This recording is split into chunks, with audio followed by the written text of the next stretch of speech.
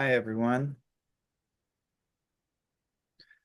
Today is Saturday, March 29th, 2025. I'm Jeffrey Morgan, and this is a talk I host twice a week to discuss my experiences on the path of soul transcendence.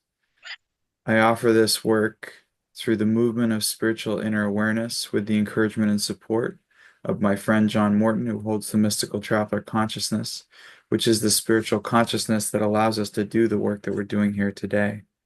If you're new to the call, the format is simple. We're going to start by calling ourselves forward into the light, which is calling our awareness forward into the light of God that's already present. And then we're going to chant three Anai hues. Hue is an ancient name for God, and Anai invokes a quality of empathy and compassion. Then I'm going to play a video clip from my teacher, John Roger. And then I'm going to do a reading from a poet, John O'Donohue, called The Inner History of a Day. And then we can talk about whatever you would like. So to start, I'll ask Ron Holnick to call us forward into the light. My pleasure. Lord God of all creation,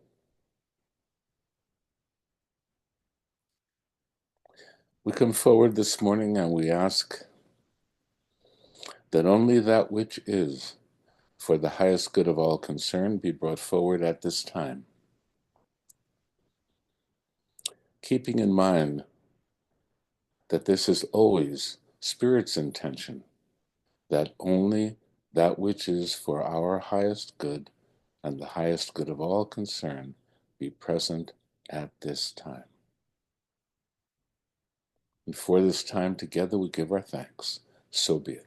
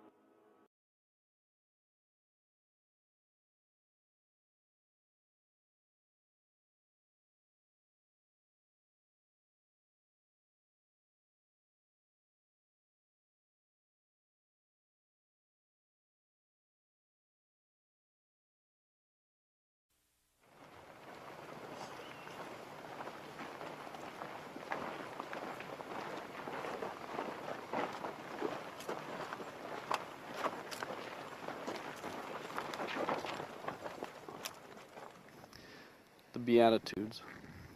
Be merciful, be poor in spirit, mourn, be comforted, be meek, inherit hunger and thirst for righteousness. Those are really great.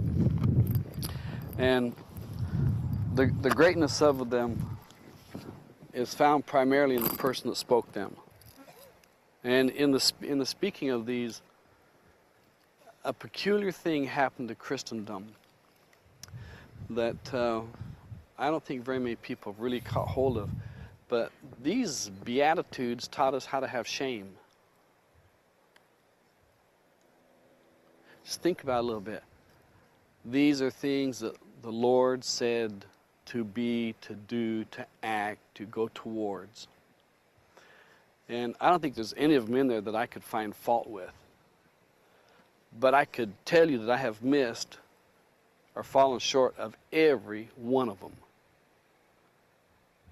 And you try to be the best at it to do it really good, and then you try to do it really good, then you try to do it really good instead of be the good and be that inside. All of the religions have pointed outside of where the Bible says we find it, which is inside, to have all these things, to be all of this, to do all of this. And I don't know if you folks, but I just come up failing miserably time after time after time. The neat thing about shame is often it stops you from doing something that you're going to feel guilty about. But there's more neuroses found in shame than there is in guilt. Because guilt is you did do it. Shame is you may not have, but people's going to try to get you paranoid about it and get you to believe it or to think it or to act like it. And all along, the intent of us has been to be the beatitudes. But I'd like you to take whatever place that is that had shame stuck in there, which is worshiping of false idols. To worship your shame. Oh my God, I feel so shamed. I'm so humiliated. Oh, I'm so depressed. And you worship those false things. That you cast them down and just say, no, I don't worship that anymore. That may come upon me through whatever, and I'm just going to let it pass through and keep my eye on the Lord.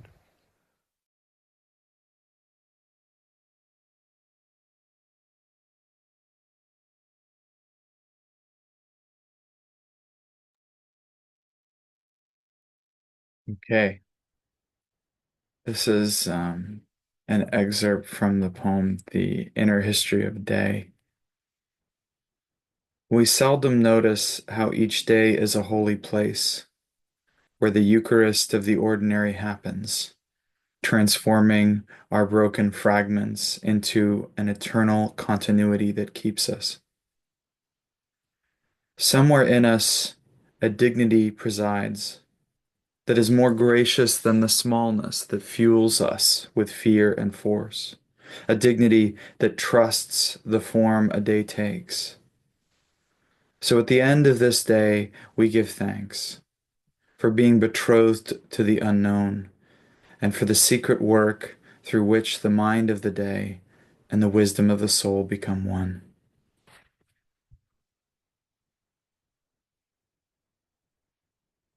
All right. Carla. Hi there. Hi. My question is about discernment. I am at work. I am being accused of something I did not do. The world is like that. I have a lawyer. He's an expert in the field. I'm not as concerned about the outcome. What I want to know, though, is I'm having difficulty discerning where to for lack of a better term, fight back. I remember years ago hearing John talk about a real estate issue. And first of all, I was shocked he didn't just get what he wanted, given who he is. But then also he, there was just, he understood where that discernment is in saying, no, I'm going to draw a line in the sand here. This is not appropriate, and I'm not going to let you get away with it, versus, okay, I'm just going to let that go. So, I can't say too much about it, but the body, the agency who's investigating me is not doing what they should be doing. And there's a part of me that's like, no, you don't get to do that at my expense. And so I need some help with discernment. It's like, where is that line between just going, you know what, they're screwed up. They don't know what they're doing. It's fine. And fighting back, so to speak. Hmm. Well, I think one of the biggest discoveries for me in this type of situation was that my outer participation level and my inner state did not have to necessarily be coherent.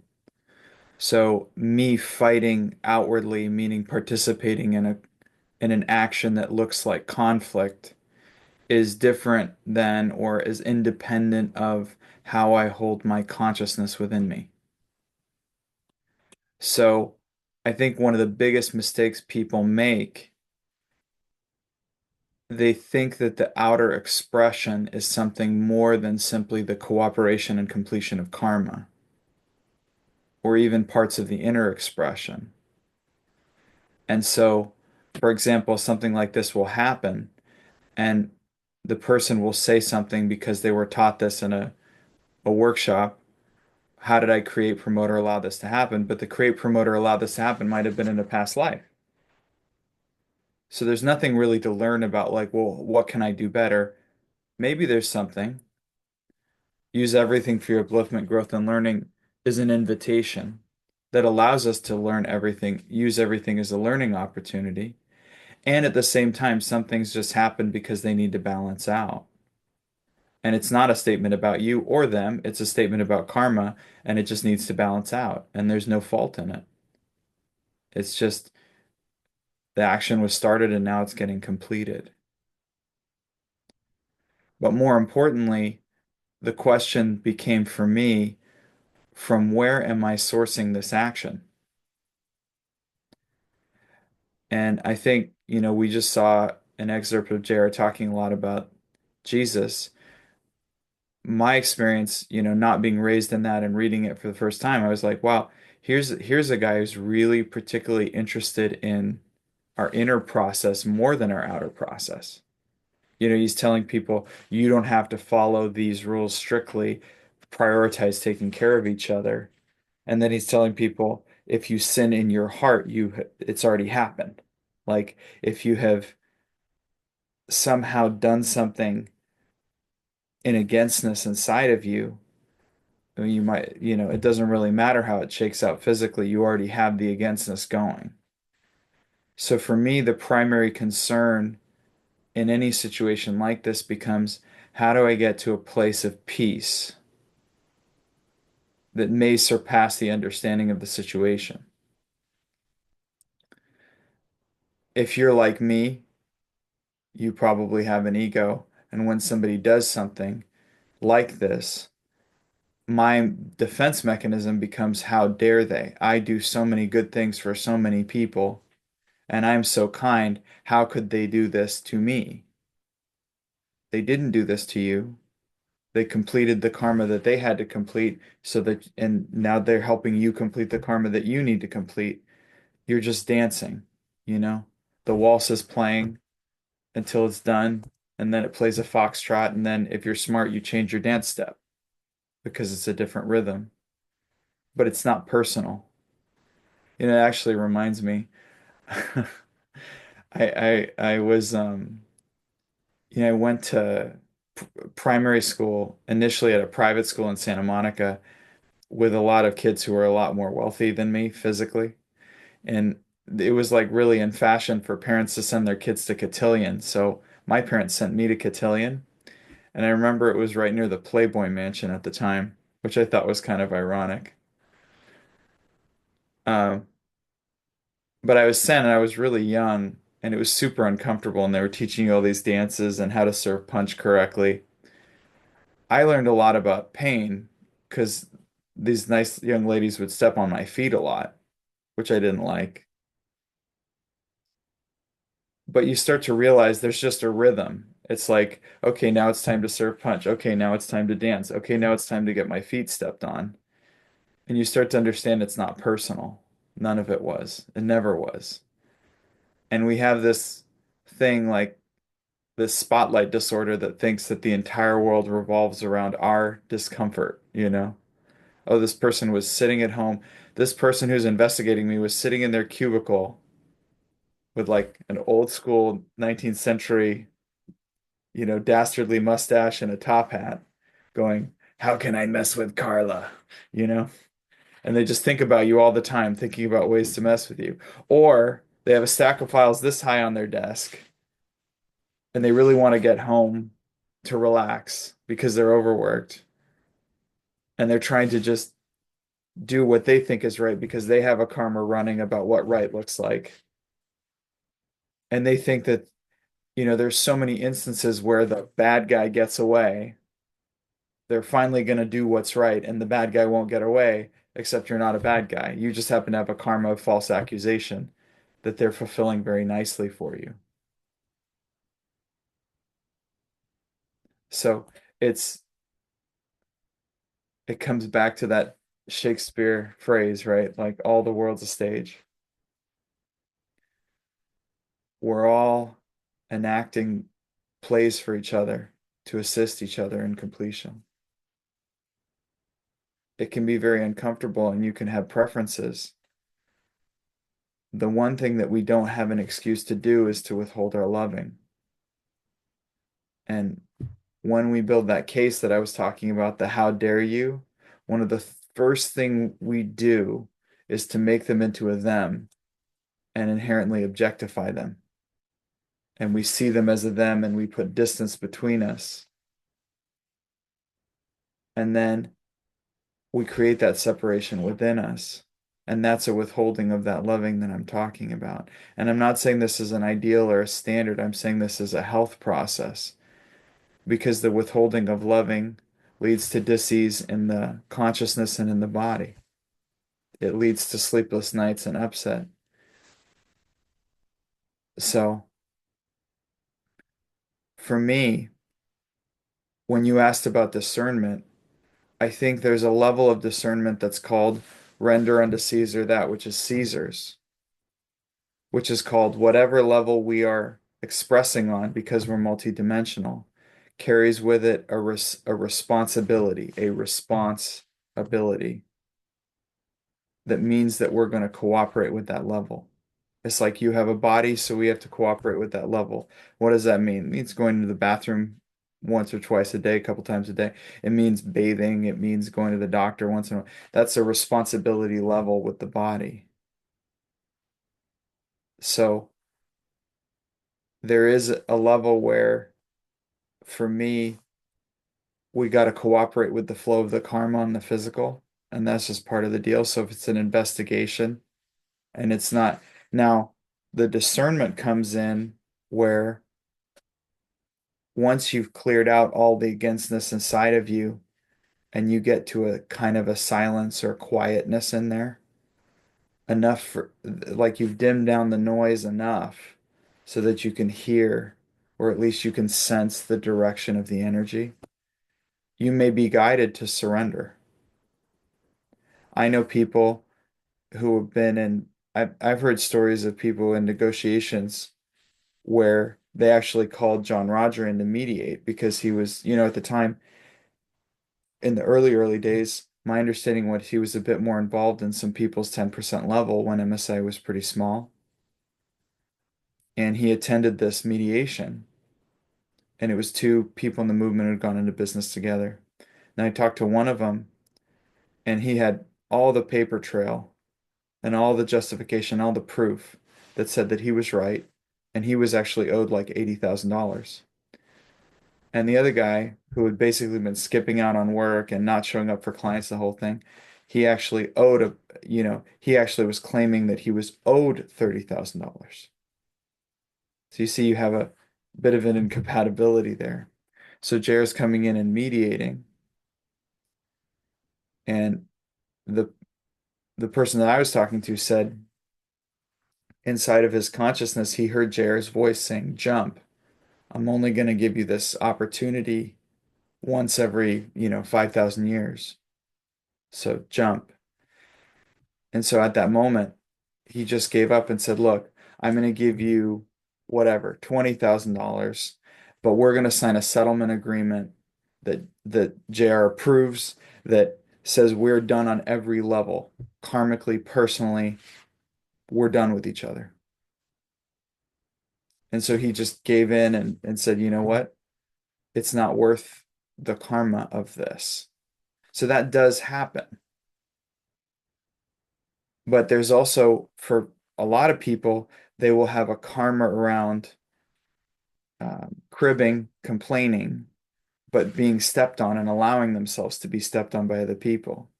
And that's the karmic pattern where they'll start to they allow it, they allow it, they allow it. And then all of a sudden that energy builds up and then the universe tells you, "Hey, guess what? You haven't gotten the information up until now, so now you get the lesson, which is you didn't stick up for yourself up until now, and people were allowed to develop this narrative of you that isn't true, and now you have an investigation, and now you get to learn about speaking up." Because now you get to speak up and you get to speak up loudly, and you're not going to like it because you're not someone who likes to speak up, but you're going to have to speak up now. And you see that all the time as well with the physical body. People will build up habit patterns that don't work for their body, and they know they don't work for their body, and they won't take the hint, and it'll build up, build up, build up, and then it goes pulmonary embolism, or it go, you know, right? It's just the energy can build up around lessons that we're learning as well. But for me, the discernment starts with a commitment that I'm not going to take a step forward unless I do so in peace, loving, and service. And there's a courage in saying, if I need to delay my filing deadline, if I need to delay my interview, no, I'm going to do whatever inner work I need so that when I go into battle with nothing but the Lord in my heart. It's like the great solution. The Bhagavad Gita talks about this because the entire discussion, which is a very trippy discussion, by the way, is framed around Arjuna getting to the battlefield and realizing he's fighting a lot of his cousins and relations on the other end of the battlefield. There's, you know, that famous line, what what possible good can come from the slaying of kinsmen? You have this whole situation karmically being set up in the Mahabharata, the great battle, the great war, and you have this conflict, and you have Arjuna going, wait, I don't want to do this. This karma is not something, I don't have againstness with these people. And then you have Krishna saying, it's not about having againstness with this people. It's about cooperating with your karma, but keeping your eyes on the Lord. So I find it very difficult to metaphorically or literally, keep my eyes on the Lord when I have againstness in my heart, when I have separation and objectification. So I start with how do I clear it so that, I get to a place where the things that I do is like an act of love. I wonder, it's like in the contemplation that Jesus must have had before he whipped the money changers. Would he have gone and done that if he hadn't gotten into inside of him going, I love them like the Lord loves them, and I love them enough to whip them out of their karma? And the investigators, they're barking up the wrong tree, right? They're wasting their time on somebody, and they may mean well, and there are people out there who probably don't have your consciousness who are actually doing abusive things and bad things or whatever it is, and they're wasting their time on you. And wouldn't it be terrible if they actually did do this to you and affect your career, only for them to find out later that they were mistaken? So, in a certain sense, it's like even an act of perceived violence or perceived conflict is actually an act of unconditional loving and service. I've talked about my time doing jujitsu, and I was struck by this notion that, self-defense, one of the sort of founding fathers of our lineage was once attacked in a bar by a guy with a knife, and he just got a little cut on his stomach because he moved around it and basically broke the guy's arm. And he was really upset that he was forced into a situation where he had to break a guy's arm. But when he reflected on it, there was a realization that if he hadn't broken the guy's arm, he might have taken out the knife toward a guy who had a gun, and that would have been a very quick exchange, you know, bringing a knife to a gunfight, as it were. So sometimes breaking the guy's arm is the most loving thing we can do. But it all comes down to, where are you sourcing? Where is the action coming from? Is the action coming from the loving that you are and the God that you are? Or is the action coming from the story of againstness, the story of righteousness, the story of how could they do this to me? The story of, well, I'm not going to stand for this. This is wrong. Well, all of that to me is useless. The only important phrase for me is, Lord, what would you have me do? And I just need to do the inner work to get to the silence that allows me to hear what the Lord replies.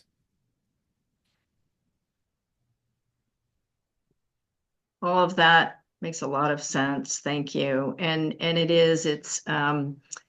have this very deep justice thing, and I do speak up, and people get tired of hearing it, but I speak up and then I let it go, and then when things get all screwed up, I'm like, but this time it's very personal. And so yeah, I see what you're saying. It is, I do need to clear everything inside of me so that I am standing up for myself, but by the same token, letting things work out the way they're supposed to work out, and not from a place of anger and frustration, which is where I am. And I need to get out of that. So And you might consider looking for the source of the wound as outside of this situation, as in like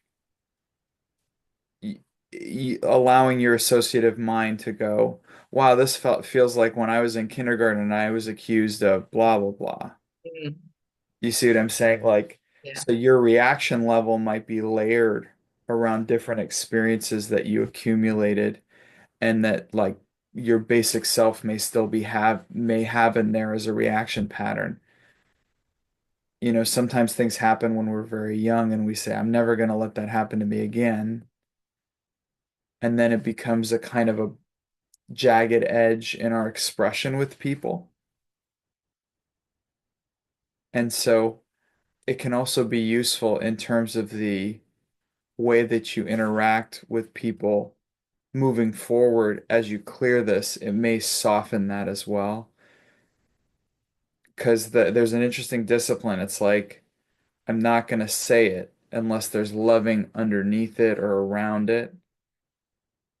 As in, like, I may say something real direct, real harsh with a lot of swear words, but I'm not going to say it unless I can wrap it in a frequency of loving.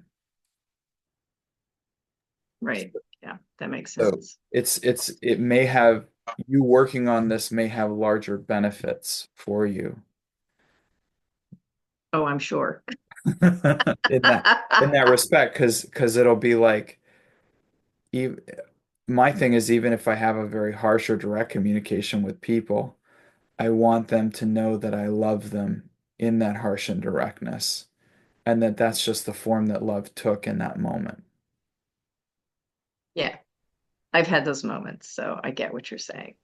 Thank you so much. I feel lifted and I feel so much better. Thank you. All right, God bless you. Thank you. Okay, Alita.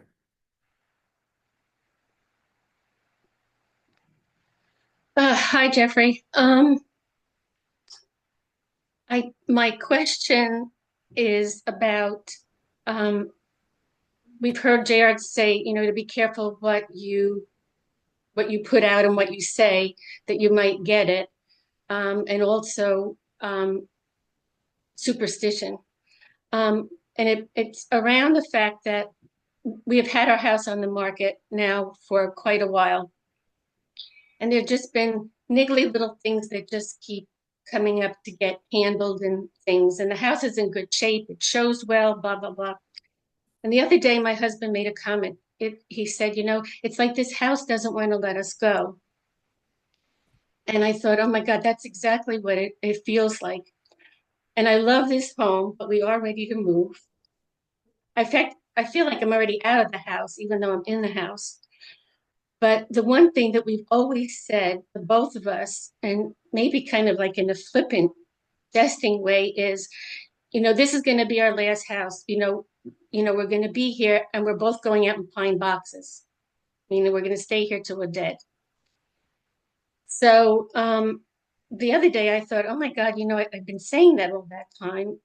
So I wrote up like a little contract thing telling the house that, we've decided that we change whatever we had with that agreement about us leaving. We would like to leave now. Mhm. And I signed it and I had my husband sign it. So I don't know where.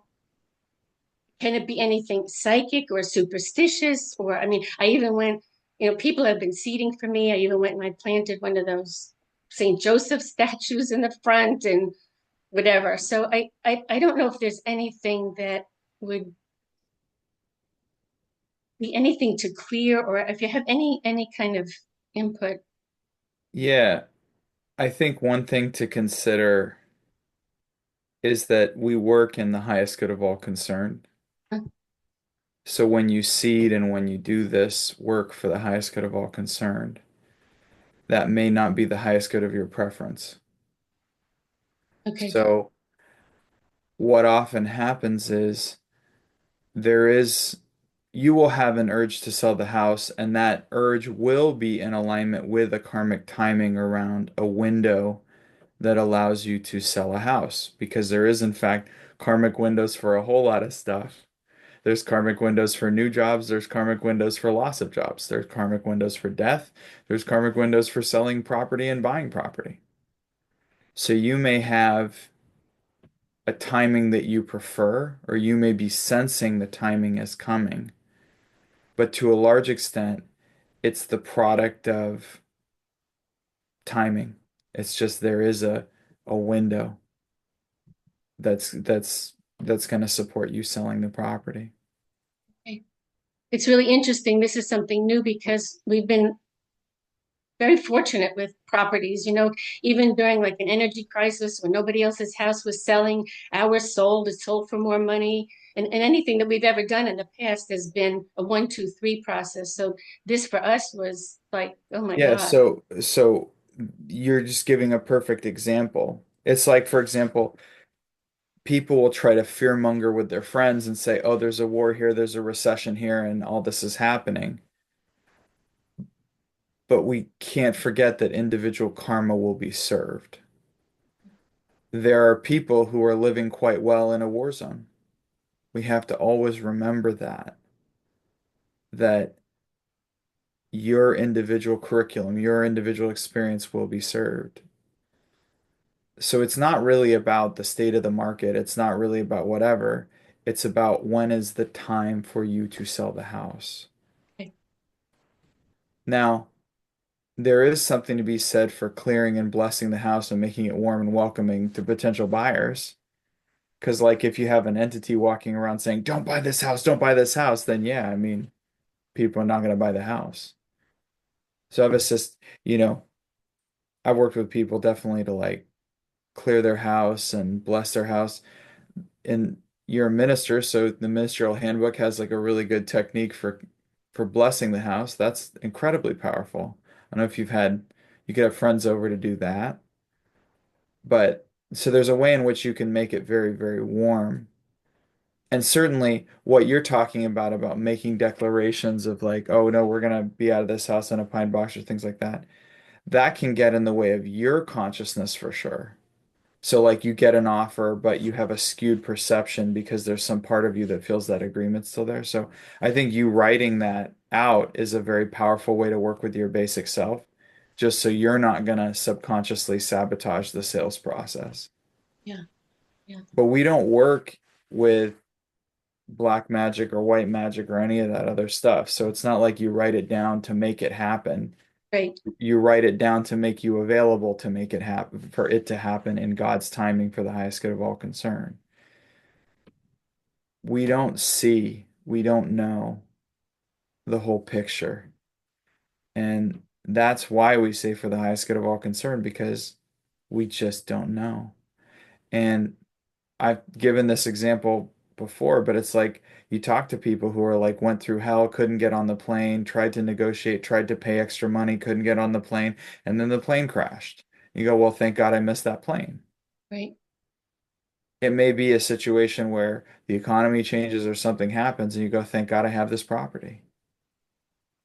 So there's a degree of trust and a knowing that when I say the highest good of all concern, that really means the highest good of all concern.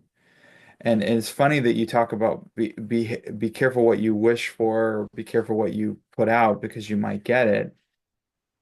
Maybe that's the selling the house of it all right now.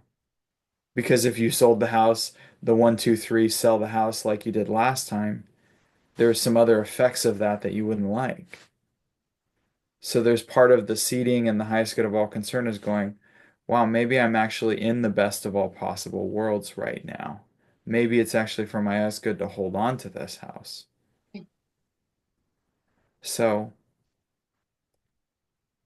and I know, and I know people who have had their house on the market for over a year because they got some bad advice and it's kind of stuck there and they don't have renters and it's like a whole thing. But deep, deep down, they knew it wasn't time to sell that house. So it's like we can, I think it's great that you may have desire to move on to the next thing. But then I would also ask yourself the question, are there different angles or different ways for you to explore the next thing that don't require you to sell the house immediately? Or are there different approaches to this? But I don't see it like if you're asking me intuitively if I see that you're somehow blocking this by the power of your statement, you know, I'm not, that's not my perception. And we are powerful creators, but you've said for the highest good of all concerned enough time in your life that you're just constantly saying it, life for the highest good, life for the highest good. It, there are no accidents. When we work with the mystical traveler, there are truly no accidents, no coincidences. It's all very orchestrated for our highest good. And the highest good of all is to get off the planet and go home to the heart of God.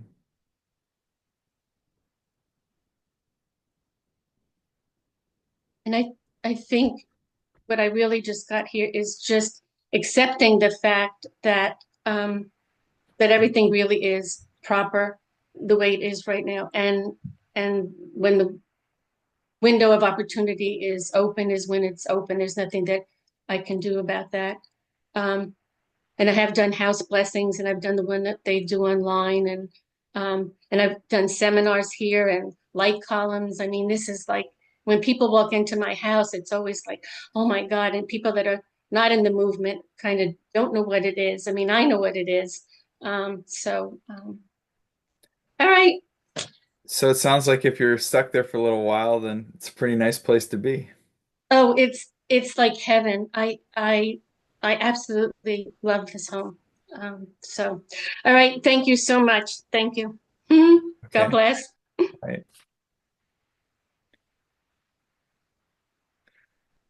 All right, Tracy.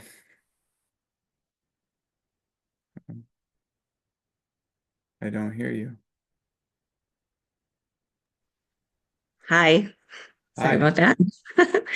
How are you today? It sounds like you're very well connected. So I wanted to jump in on that energy, that vibe. Um, I been in a friendship with Diane for over half a century, and I just have really struggled coming to the grips with that she voted for Trump. And I just was with her yesterday, and I realized that I just was making my energy so small, and that's kind of what I do to protect myself. And she picked up on it. So she called me and she said, "What's going on?" And I just told her, I really struggled that you voted for Trump, and then it did not go very well at all. And she was just saying, "I can't believe that you can't respect our differences in political beliefs."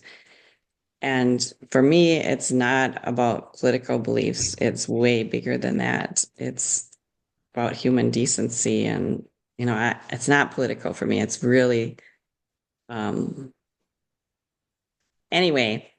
But then I started listening to your questions and I realized like, I finally have, because I've been tiptoeing around it, and that's what I have done. It's a pattern of mine of holding back so I don't make the other person uncomfortable. It's like I keep peace out here, but not in here. And so it felt very real and authentic and very loving for me just to finally say what I wanted to say for the last 3 months. And I feel more peaceful inside, and I feel like it was a very loving thing to do for myself. So if you have any words of wisdom on that, I'm open to this because it was uncomfortable, but it feels so freeing. I feel free. Yeah, so I think that energetically and ecologically in your body and in your consciousness, it's healthier for you to express even the things that you've decided are not expressible. So I think that's healthy. In terms of an upgrade to the approach, for me, when I have what I perceive to be an irreconcilable difference with a person, in that sense, I do what's called clearing the air, where I don't go to them from a perspective of like, so if I was to take that approach of like, you know, I'm having trouble dealing with the fact that you voted for Trump, like something like that. Well, first off, there's a very rich opportunity for you to do self-forgiveness as a Trump voter because that's a part of yourself that could be embraced and loved that isn't right now. But if I was to work with a person, I would say, I want there to be only loving between us. And right now, I'm really struggling with finding out how to clear my blocks to that. Can you help me do that? So the framing of it becomes, and here's the truth. If we're withholding loving or we're conditioning our loving, we're the one with the functional defect. Not the person who voted for Trump, not the person who's mean, not the person who does any of that stuff.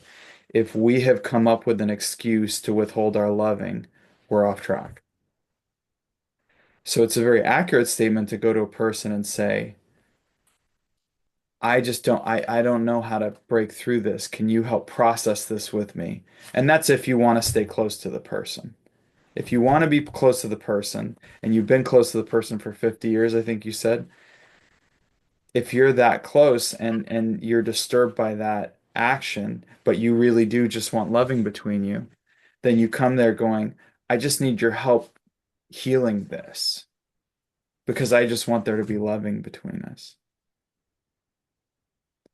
Now, if you have a righteous position and you say, well, good riddance, that's a different matter and something else to work with. But to me, people are more important than votes for sure. I don't even know what human decency is. I just know how to love the one in front of me. Human decency sounds like a concept like social justice. All those concepts are a ruse of the negative power to get us to be righteous and find againstness where we don't have it. It's just a trick. Things like social justice and the emotionality of all of that stuff. And I'm telling you, as somebody, I've been like a bleeding heart liberal since since I took my first breath. It is a trap. It's a trick. The world is never as simple as it appears. And somebody voting for Trump, I mean, I look at there's a lot of young men who vote for Trump because young men are suffering right now. And if you look at the statistics on young men, they are not doing well. I don't know if you all have taken a look at like high school pass rates, college rate. You just go on and on down the list. Men in the US are not doing well. They feel disempowered by the system that's been set up that seems to be rigged against them. Even the food they eat is a poison. And then you got folks on the left saying, well, we are a good nation and we stand for these values and we believe it. And then you got a guy on the right and Trump saying things are screwed up. And he may be the cause of why they're screwed up. It's like when somebody dumps trash in your yard and then says they're going to clean it for you if you pay them. But it's still resonant for somebody who feels hurt or who feels broken inside. And so it's like, and I'm not saying that's your friend's situation. I'm just saying it's always more complex. And it always comes down to humans seeking their own healing and not knowing how to do that. Um, I read this interesting article by Ariana about the way that we've allowed politics to replace spirituality in public discourse, or and I think so many of the proxy wars of our own brokenness are fought within politics. And there's a more interesting question of your friend, which is like, what is it inside of them that sought healing through that? Because to me, that's more interesting, that's more important. That's why I mentioned those young men who feel disenfranchised, because to me, it's that call for help of people who feel ashamed, of people who feel broken, of people who I have plenty of love and service for them. I can go serve them. I can't do anything with a righteous position. That just blocks all of that. But in terms of like you expressing upset when you have it, it will actually help. Like what I'm talking about will be very much facilitated if you speak up early and often. If you say, this doesn't feel right to me, let's talk it through until it does feel right, or let's work it. Because as it builds up inside of you, that also gives your mind time to build up reasons why, hey, how come I feel bad about this? And how could she do that? And no, no, no, no. And it just gives the mind this bigger window to build up the case file before you file your claim, versus just raising your hand and going, wow, you voted for Trump. I really have trouble relating to that. Can we unpack that so that I can maybe find a level of understanding? Because right now, you doing that, I don't feel as safe with you, which seems bizarre to me. Can you help me break that apart so that we just have love between us? You see, then it becomes a problem-solving exercise versus making the relationship the problem. You see, yeah, That's pretty much what I said. I mean, in those, that's really not quite those words, but that was the energy behind it. And she hung up on me. So what did you actually say?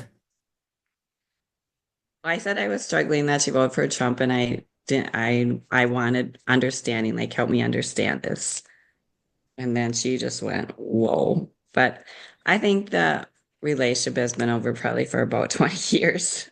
And I've been in denial about that. I think that's what I think. That it's just time for, we had each other's backs as children because we both were like orphans basically. And I have great gratitude for that. But we just really don't have anything to connect with anymore. But I feel like this vow to her just because she helped me get through my childhood. Yeah. Yeah, and I think that can be very loving, regardless of how the relationship comes out. But I do think there's opportunity for you to find peace, because there's a whole lot of people who voted for Trump in the world. And chances are some of them are going to end up being a few of your friends. Or maybe there are Trump voters that you don't know yet who you would absolutely love and just be thanking God every day that they're in your life.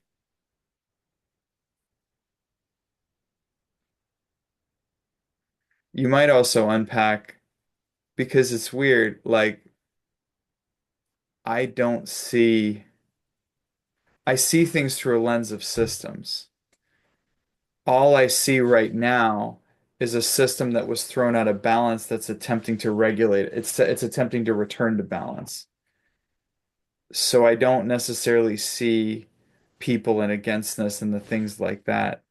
I see more energetically things were pushed out of equilibrium and now they're trying to balance themselves by going another direction, and then eventually it will return to balance again.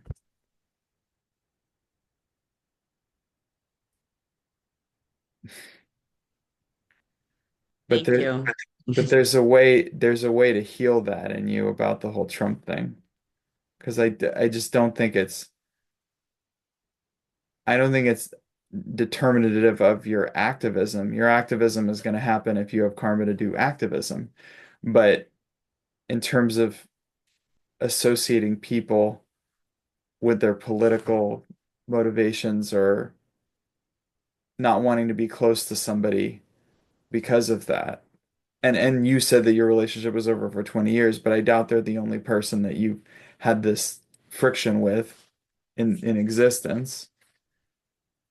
But I think there's just an opportunity for you to be okay with all of that. And I've talked about that on the talks a lot with a lot of people, so I think you've heard me on that enough.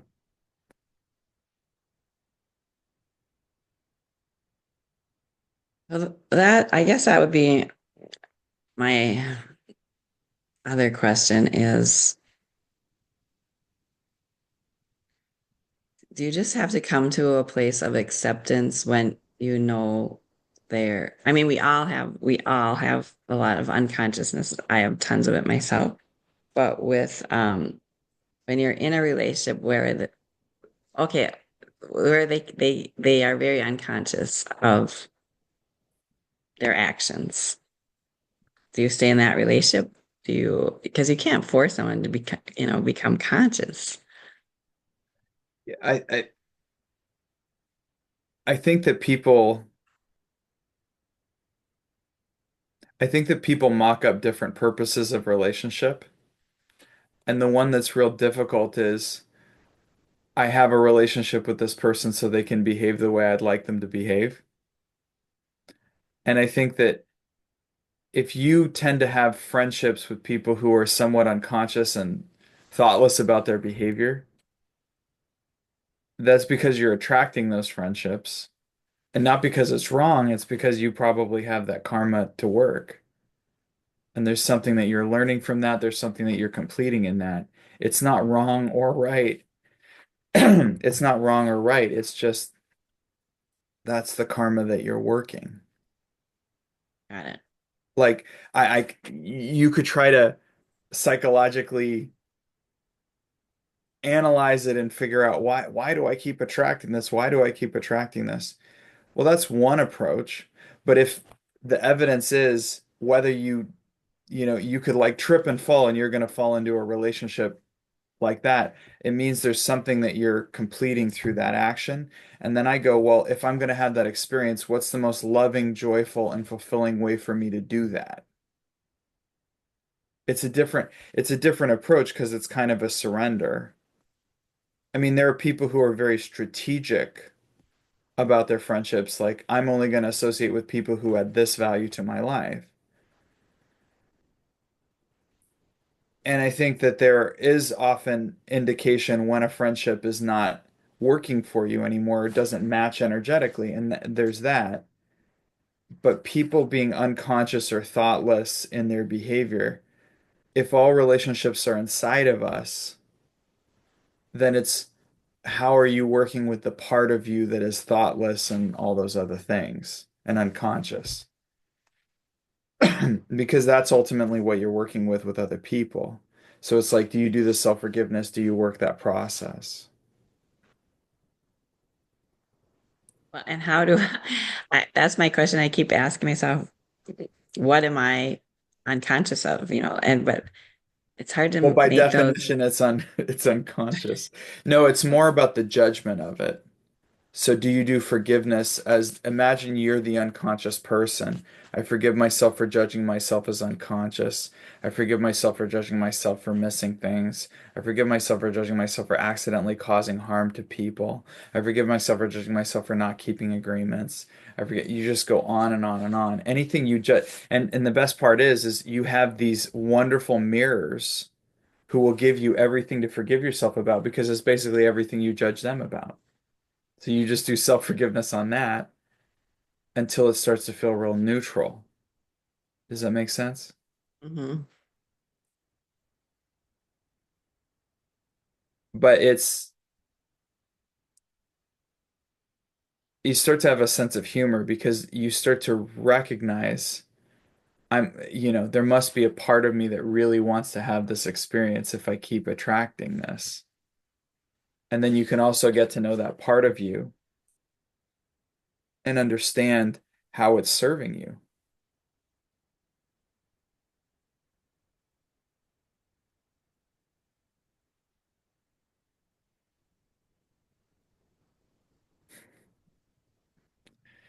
Thank you so much, Jeffrey. I didn't give you any easy answers. Sorry. I, I know I had to be brave to raise my hand. Thank you, Tracy. Thank you for being brave and raising your hand. Um, I haven't seen you share before, Juliana. Why don't we do you before we call it a day? Can you hear me, Jeffrey? I can hear you. Okay, can you see me? I can see you. Okay. Yeah, I've never shared before.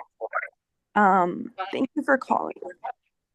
Um, I've worked really hard. I want to say the last 4 years to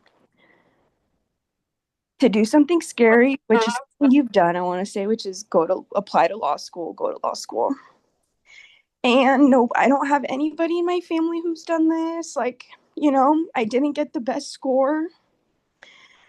And I just keep these letters of denial, just like, I mean, it brings up all this crap of like being denied by other people, my parents, whatever.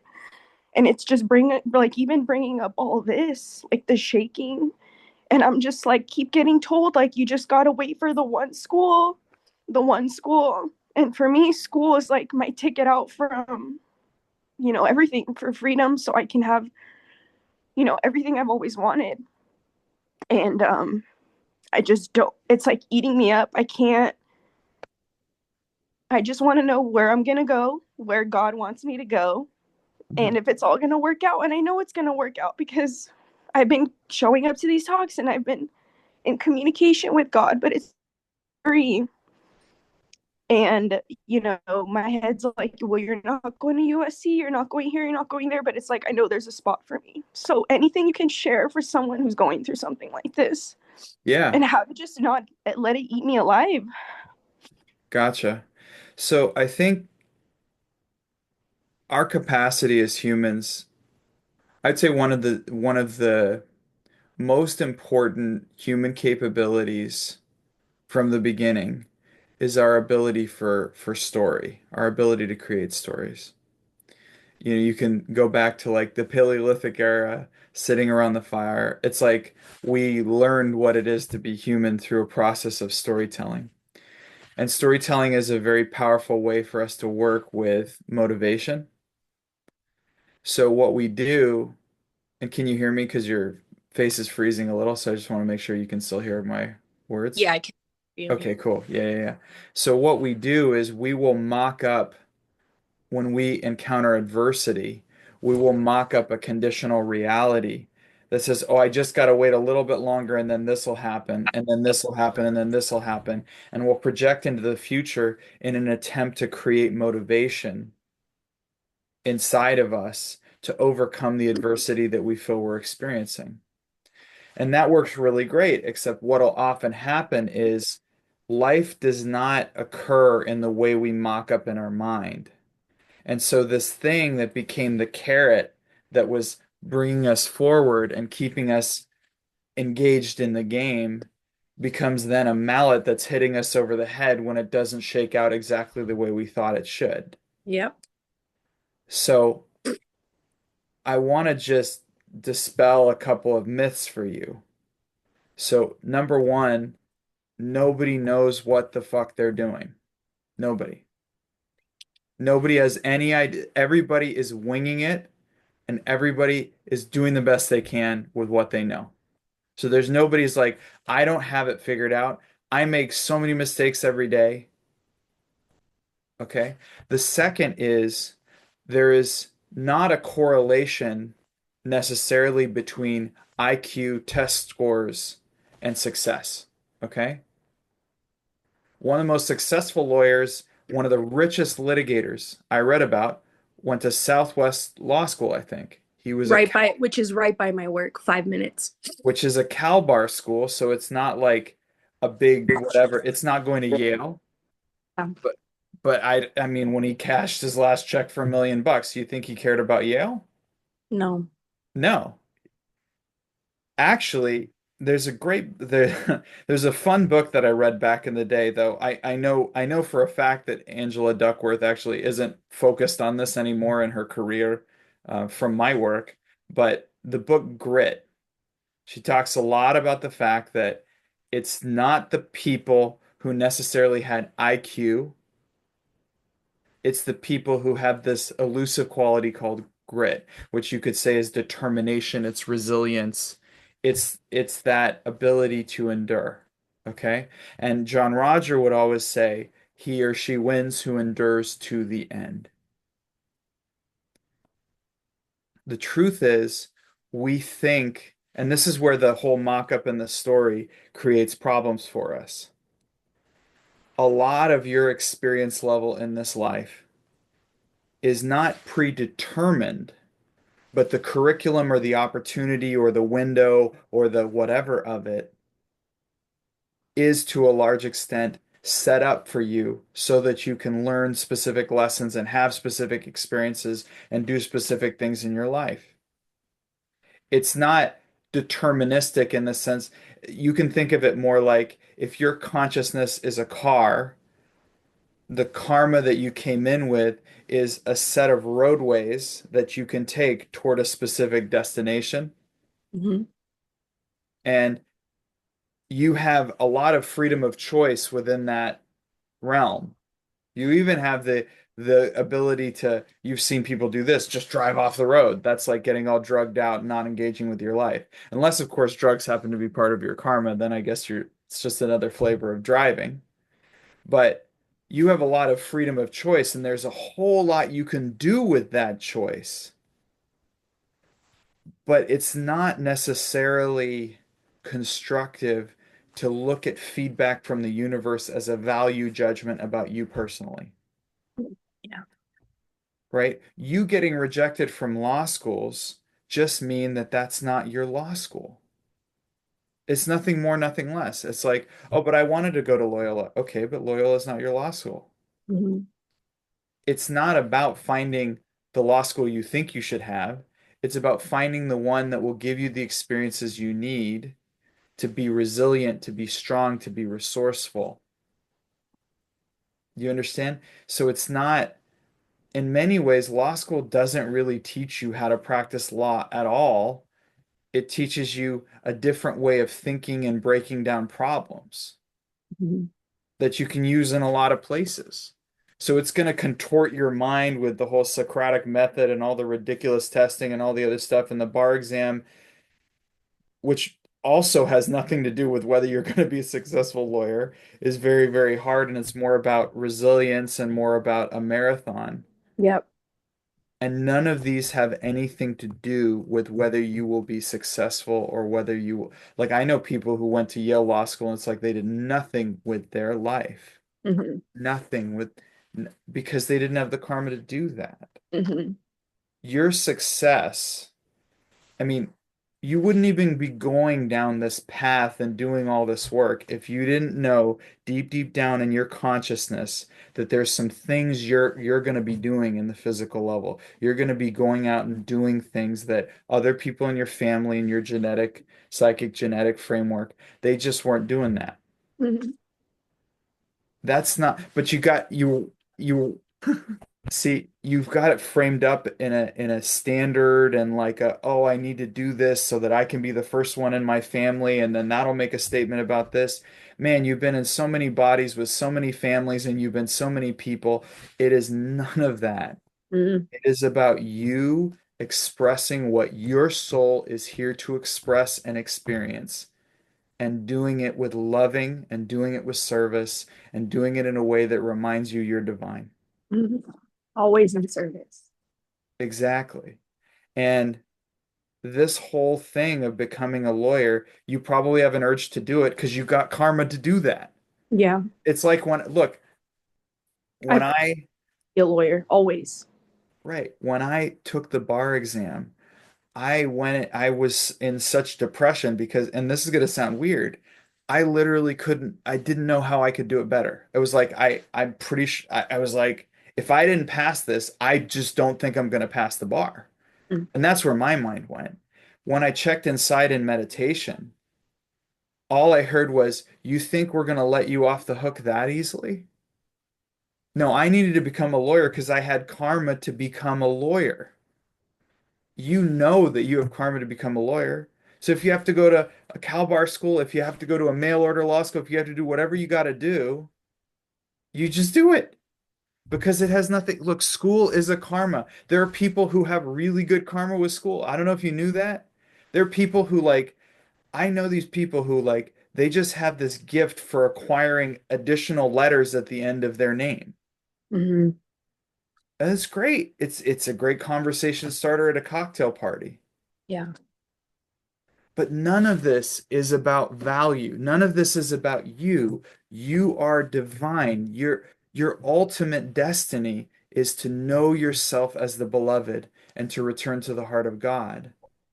All this other stuff is called cooperate with your karma, do the physical level, do it with excellence, but don't do it for the sake of your ego. Just do it because this is what it's the impeccability of completing your karma with loving and devotion. It's the joy of that. It's like, okay, Lord, if you gave me being a lawyer, I'm going to do it with my version of excellence until such time as the karma shifts, and then I'll do something else. Mhm. But you see, like, you're letting your mind mock up all these conditions and all these versions. You already know you're going to be successful and you have stuff to do. Mhm. And if you don't have the right karma to do it at a prestigious law school, then do it at a night school. Who Mhm. the hell cares? It's not about prestige. It's about you completing your karma with excellence, impeccability, loving. It's like this is your swan song. Make this a love note to the beloved the rest of your life and leave and give Lucifer a kiss on the cheek on your way out and be like, peace, and then head to the soul realm. That's what we're doing here. That's what we're doing here.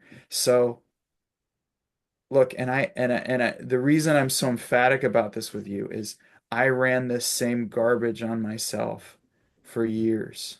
Yeah. And guess what? Doesn't work. It had nothing to do with my success. It had nothing to do with what brought me joy in my life. I mean, it's this interesting exercise of when you're on your deathbed, are you going to regret not spending more time worrying about what law school you got into? Nope. For me, it's about getting busy and following the flow of spirit. And that in itself is its own uh, resilience. It's its own grit. Because if you're single in your focus and you go, well, the light has me at this law firm, so I guess I'm going to hang out in the lobby until somebody gives me a job.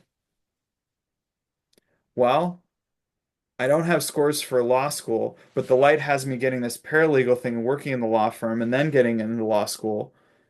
And it's Mm, like we never know. Look, I look back and I go, wow, I paid all this money to go to this place and I could have just done 2 years at a community, whatever, and then gone to that place. And because ultimately, if my goal was just to get a fancy degree, maybe it would have been better to go to like Palo Alto Community and then go to Stanford because the transfer rate's better. But I wasn't strategic. I was too focused on the shiny object of how I think the world works. The world is changing so quickly. If I was going to law school right now, I would be right now working on mastering LexisNexis's AI that does legal work. Because Mm. that thing will write a contract better than most lawyers. Of course, Very the lawyers on this call are so pissed off that I said, so pissed off that I said, but ultimately the thing that is irreplaceable as a lawyer from an AI perspective is intuition, knowing, that human connection, that Yes. ability to understand how humans work. Work product is not going to be the thing. Consciousness is going to be the thing. It's your ability to string together complex systems of relationships and to understand how humans get things done together in a clean and integrous way. None of that is at law school. But None of law it. school does get you a piece of paper that allows you to get another piece of paper called a license that allows you to charge people for doing certain things. So, from my perspective, I would not waste any more time on that conditionality. You don't need to create a carrot at the end of your universe saying, if I only get a good LSAT score, oh shit, I didn't get a good LSAT score. Okay, if I only get into a law school, then you don't need the conditionality. You can rely on the knowing of your own beingness and you can follow that into greater success than you can even imagine. If that is what your karmic curriculum is this lifetime, Mm. if that's what you're here to do, go do it. You don't need to create rules and conditions and, oh, if I can only do this. You just need to put one foot in front of the other and know God's guiding you. Thank you so much, Jeffrey. Does that feel any better? It does. Yeah, it really resonates because it's like, yeah, I feel like I'm just chasing this thing, but it's like I know that this the way it's playing out is the way it's supposed to, and I just have to love the freak out of it. And I'm going to. Yeah, And you it's you love it and then you leave because the story narrows our field of vision. mhm. When we let go of the story, all of a sudden we notice that, oh, God doesn't just come in through the door. Sometimes he comes in through the window. Sometimes he comes in through the chimney like Santa Claus. Sometimes he bursts through the wall like the Kool-Aid Man. God has a lot of different ways to enter our lives and bless us. And And it's so beautiful. It really is. And I have to every day, every day. every day, it's God breathing you. That's the first miracle every day. God bless you, Jeffrey. Thank you. Okay. Have a wonderful day. You God too. bless Have a you. beautiful Saturday. All right, everyone. Thank you for staying on. I want to do a quick plug again for we have a class starting March 31st called Spiritual Alchemy Part 2. It's going to be real fun.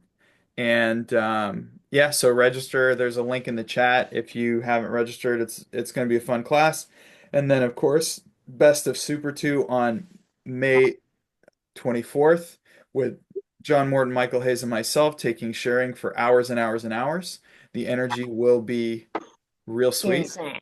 And yeah, have a wonderful, blessed day. God bless you. I love you. Peace be Thank you, still. Jeff.